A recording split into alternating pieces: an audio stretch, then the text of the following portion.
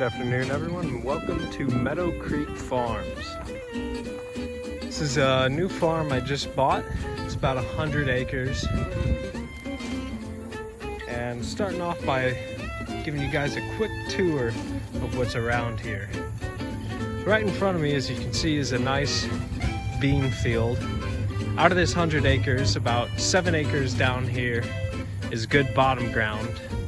As we go further up the hill, it turns into pasture and woods. So I'm gonna walk around and give you guys a quick tour. And I'm gonna walk up and cut to the next part of the farm. All right, folks, right up here, right next to the bean field and along the road is the Meadow Creek. Now, back in the olden days when the United States was first starting to expand west, this was an old way station for stagecoaches along their way through the state of Missouri.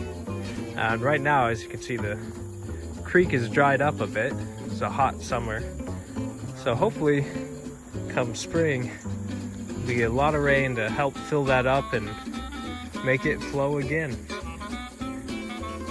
We're gonna continue walking up the road and show you bits and pieces of the farm here and there and kind of give a quick explanation of what the farm has done in the past and what I want to do with the farm and how I want to transform it into something new.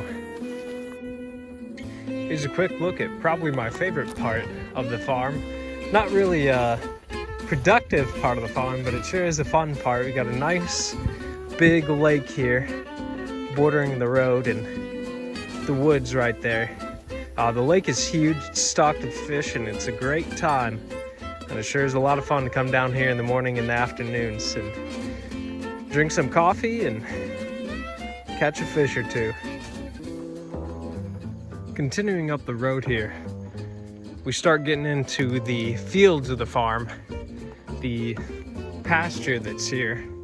And the previous owner didn't have any kind of fence up, didn't keep any animals. He was just doing hay with the pasture. Granted, there isn't a whole lot.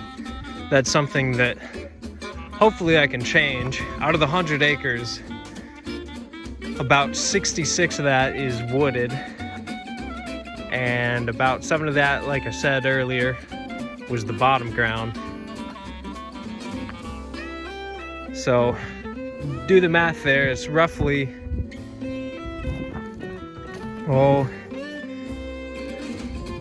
20 to 25 acres, give or take, for everything like the road and the house and the barn and garage and all that. Don't know exactly how they did the math, but my first plan is to get one of these fields, measure it out for a perimeter fence and get some fence off. I'd love to start raising some sheep. That's the first kind of livestock I'd like to do. I've never raised any kind of livestock, so it'll be a good challenge and I look forward to it. Aside from that, I'd like to employ as many regenerative agricultural processes and methods and types of farming as possible into this land so that I can be a good steward of the land and get healthy soil and healthy animals and lead a healthy, productive life with that.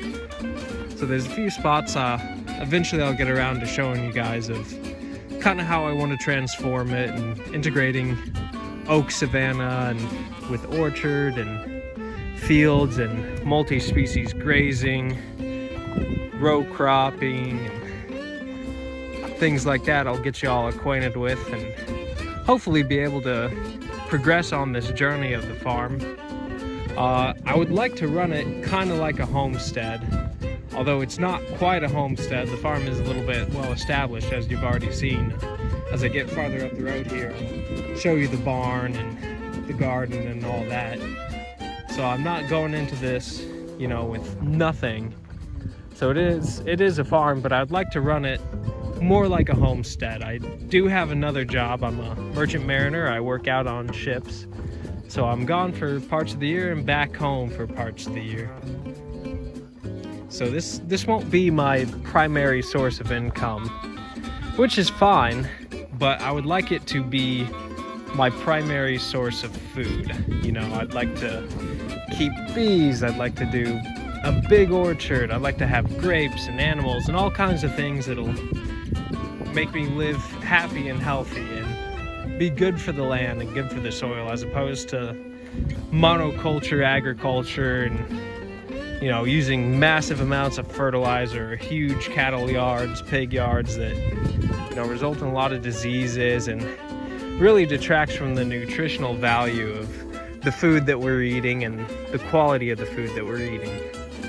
But enough on that for now. I'm gonna continue walking northwest here and show you guys the rest of the farm. I want to take a quick look at some of these woods here. There's a lot of really good, huge old oak trees, kind of like this one here. There's a lot of good persimmon trees, around here, so that's exciting. Can make some persimmon preserves and all that fun stuff. But I want to show you all these acorns around here. They're huge, so I'm hoping, you know, once I get a little more established, like I said before, I want to start with sheep, but I'm hoping that eventually I can get to raising some pigs, do a little pasture raising the pigs, and they can come around and eat these delicious acorns that are here for them on the ground. Acorns do, however, present a little bit of a challenge for sheep. If young lambs and smaller sheep ingest a lot of green acorns, they can get really sick and they're not able to digest it properly, and they could die from that. So have to be careful. If I'm doing sheep, I gotta make sure, you know, when I do their lambing, you know, it's I want to do it I'd like to start lambing, you know, late May, early June, so that it's warm enough I don't have to worry about having a separate barn or enclosure for them to birth in, and don't really have to worry too much about them, you know, eating some green acorns. And as I graze them, you know, I can move them away from the green acorns. I can keep them away from the oak trees. I'm gonna have a lot of trees for them for shade. There's one field in particular that I'd like to start with and get measured that's perfect for them, and I'll show that to you guys, and I'll let you know why I think it's perfect for raising some sheep. Up here at the top of the hill, got the south pasture by the house, and what I'm gonna call the North Ridge pasture here by the flagpole and flower garden. This is where I kind of want to start the sheep. One of the main reasons is that there is access to water. There's a hose spigot somewhere in the ground here, right here by the flagpole, so that I can get them access to water.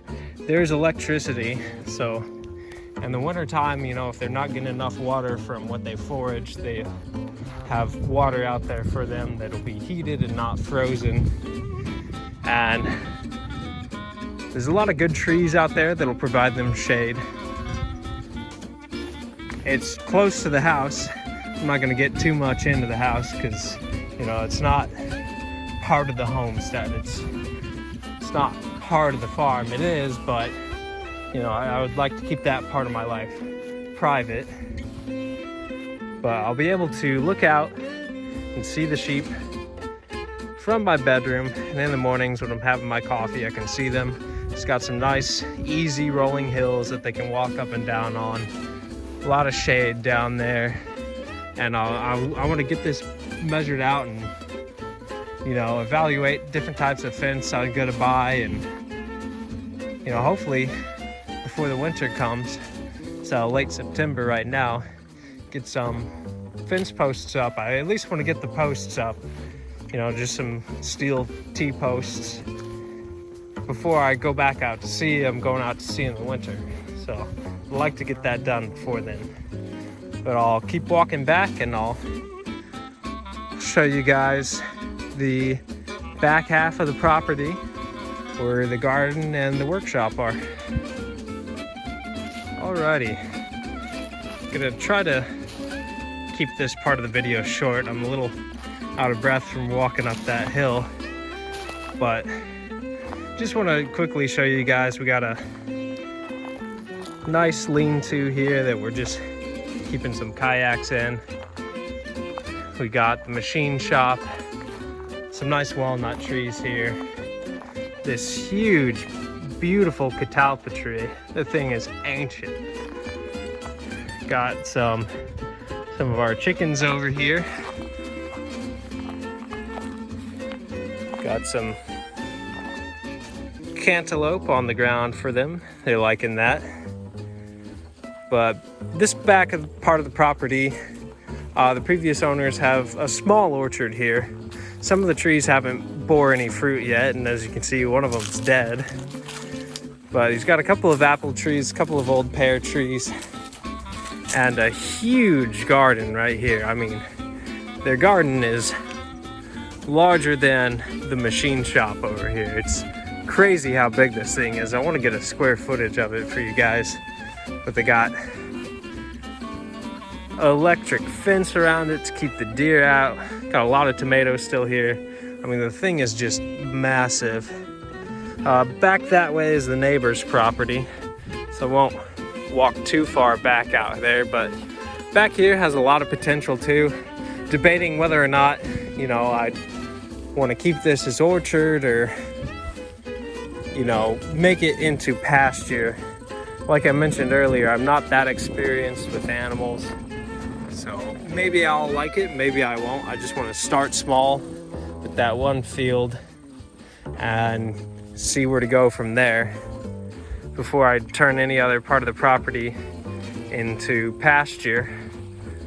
Right there's a nice big pecan tree. There's a couple of persimmon trees sprinkled throughout there. There's a field of Milo the previous owner put in back there. There's actually 3 of them back there. You can't really see it because of the slope of the hill. But yeah, this is the last part of the property that isn't completely wooded. Barn and little shed there to keep produce in. So this has just been a quick tour of Meadow Creek Farms as it is, and as I keep filming videos and keep getting better at narrating them, this is all off the top of my head. I wrote no script, didn't really have a clear view of what I wanted to film or what I wanted to say, but just a, you know, just a quick picture of what the farm is like and a little sprinkle of what I want to do with it. And hopefully you guys will tune in for some more videos, and I'll see you next time.